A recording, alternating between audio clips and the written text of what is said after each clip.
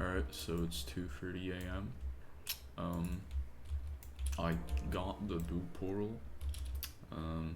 It's 20 waves. You should probably get it like, well, you get it at the end of story stages or legend stages with like a 2% chance, and it randomly spawns on the map. For me, it spawned here.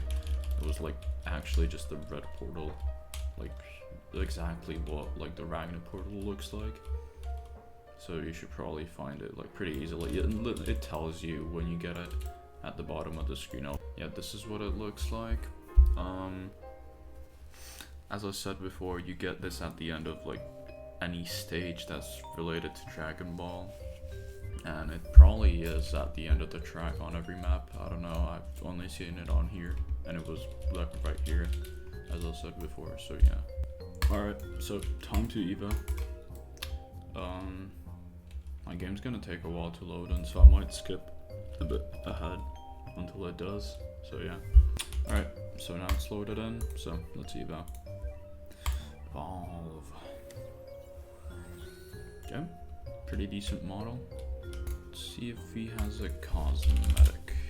I'll equip him. Yes, he does. So the cosmetic looks like this. Okay, the aura's really actually good. I really like the aura. The legs not so much, but it's pretty cool, not gonna lie. Probably one of the best auras in the game. Alright, so I'll be going through the passives first, and you can already see candy stacks here. He gets those for every kill that he does, or takedown. So he cleanses any status effect applied to him every 10 seconds, or with a 10-second cooldown. And whenever he hits like any enemy, which you can't really see right now because they all have like barely any health, and he's Monarch, so he's dealing over 17k per hit. But whenever he hits them, he turns them into candy, and on a second hit, if he kills them, or whenever he kills them when they're candy, he gets a candy stack, which basically just powers his like transformation ability, which is his main focus. Okay, there we go. So yeah, he turns them into candy, and once he takes them down, he gets... Okay, what? Hold on.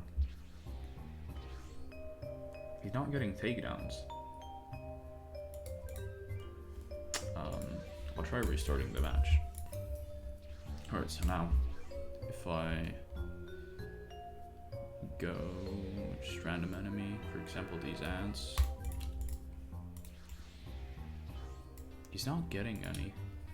Alright, so now I've figured it out. I'm pretty sure candy stacks are broken right now, and the only way to actually get them is by refunding summons pretty much. So that's what I'm just gonna do over here. I'll set up this so it spawns summons, because he has one of his thingies for transforming later on is just using summons instead of the candy to transform. So unfortunately I won't get to use this ability, but this is his first animation. Looks pretty alright. He also stuns, and he gets 2 candies per stack on his first upgrade or attack. Or not attack, transformation. This is his second ability. Looks pretty cool. Has decent damage already. He had like 3.5k on placement. So this is his second attack, or third attack actually. He already unlocks his transforming thing on this upgrade. He just blasts them away, I guess. Pretty cool. And this is his max upgrade on his first transformation. It's not that like impressive, because you're supposed to like actually transform him and like level him up and stuff. So yeah, I'm gonna get more summons in here so I can do the transformation. So okay, there we go. So this is his second transformation. His passive is that every time he attacks, he gets more damage until 30%. Yeah, it works by like per enemy and not per actual like attack. and this is his third thingy. But also, you can't like go down in transformations again, so you're pretty much stuck with this. So for every attack, he still has this ability, and he gets summons, which scale similar to Yamamoto's summons, even, but they're just more of them, or not more of them. They have more health. So yeah, you see he gets, I'm pretty sure it's, oh, every 10 enemies he gets one. Okay, so it's less than Yamamoto, but they have a lot more health, so he kind of compensates. Also, he decreases the summon cap that they added, which is 300 right now. I don't know how exactly it works because it doesn't really say anything on here. And this should be his last upgrade. His last thingy is that he buffs all Dragon Ball units in his range by 10% attack and 30% crit chance, including himself, and that includes Vegeta, Gogeta, and every other unit from this update. Yeah, there we go. Yeah, 42k DPS, that is really good. Especially without any buffs, this is really good. His range is not all that good, but this is not his like max form. So this is his final form, and his final ability is that he can't gain candy stacks, but whenever a candy enemy is defeated by him, so whenever there's like an enemy that he's transformed, it explodes and deals 50% of this unit's damage in their AoE. If you sell him, he automatically gets replaced by Kid Buu, who has his own set of abilities or passives and stuff. This is his second ability, that one was his first, the screaming attack.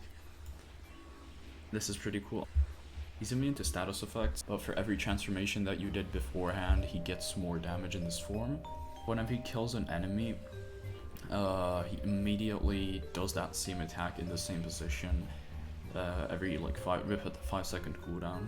And you can't change his attack, or not attack, but unit damage priority. He always targets the highest enemy. Whenever he attacks like any enemy pretty much, because he like attacks the highest HP enemy, that enemy receives 30% more damage from him. Which basically means he has an extra 30% damage on top of whatever he has on here. So this is his last attack.